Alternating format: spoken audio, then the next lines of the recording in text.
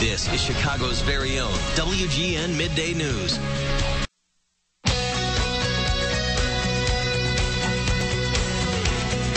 In today's Your Money Matters, a new survey indicates making money is the top concern for people in their 20s. Generation Y finance expert Christine Hassler is here with tips for young people to take control of their cash. You know, this has got to be the most difficult time in their lives that they most challenging time for coming up with cash, right? Yes, they're just getting started in their careers. Just getting started in life. Let's face it. Not only are they just getting started in their careers, but they're just getting started on how to manage their money. And what we're really finding is that 20-somethings weren't really taught how to manage their money, specifically how to really manage their credit. Yeah, hard enough for all of us. You've got some wonderful tips, and the first one is really to invest in yourself. Yeah. Continuing personal improvement.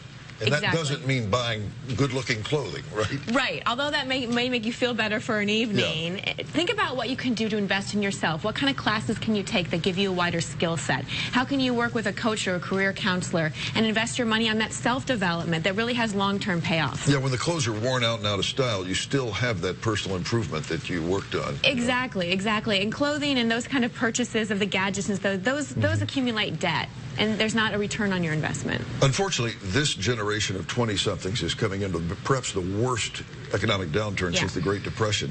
Do you think too many of them might be using that as a scapegoat?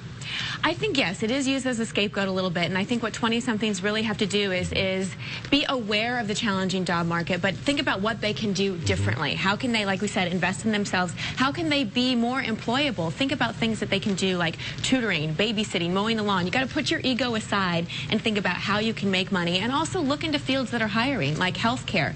You might have to put that dream career aside and just get a job. Going into debt is so tempting for kids that age, because it's really pretty easy for them to get credit. Too easy, I think. It's too easy. It's too easy. That's why I really recommend a charge card like Zinc from American Express. That's my favorite. A charge card, you're responsible for paying your balance off in full every month, unlike a credit card when you can accumulate debt and those nasty finance charges. Get physically fit. That's another FISCAL. Yes.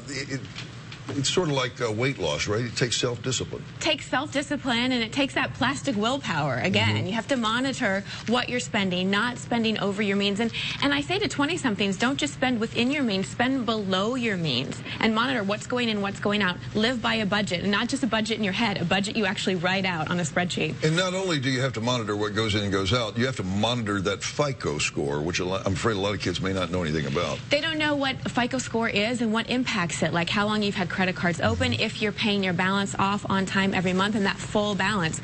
Again, that's why I really advocate a charge card like Zinc as opposed to these credit cards where you can accumulate debt, or debit cards which don't positively impact your credit score. I want to follow up on something you said about putting your ego aside, and that's relates to getting a job.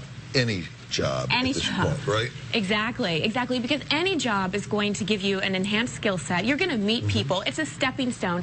I think too many 20-somethings were told this, you know, follow your dreams and the money will follow, and find your passion. But sometimes finding our passion takes time and is a process of elimination. Right. I'm going to skip ahead. You had about 10 very good tips. I'm going to run toward the end of them. Get off your parents' payroll.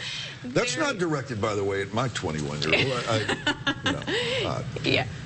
Very, very important. We found in this survey with Zinc that over 50% of 20-somethings were still financially dependent on their parents in some way. This is a really high number. And the parents are just as much to, I don't want to say blame, but hold responsible in some way. So parents have to exercise willpower as well and stop paying their kids' bills. Let's get into a little psychology here. Okay. It's your feeling that a lot of 20-somethings, maybe a lot of us, not just 20-somethings, have a kind of an unhealthy relationship with money. And I'm talking psychology here, really, right? The unhealthy relationship with money comes a lot from the way they were raised in this instant gratification. I want what I want, and I want it now. And if I have this credit card, who cares about my long-term ramifications? I want it now because, you know, today's 20-something is very concerned about looking good and keeping up with the lifestyle and setting standards for themselves that financially they can't support. Well, it's good advice for everyone, but especially those who are in their 20s. Christine Hassler, thank you so much. Thank you. If you want to get more out of her tips, check out ChristineHassler.com.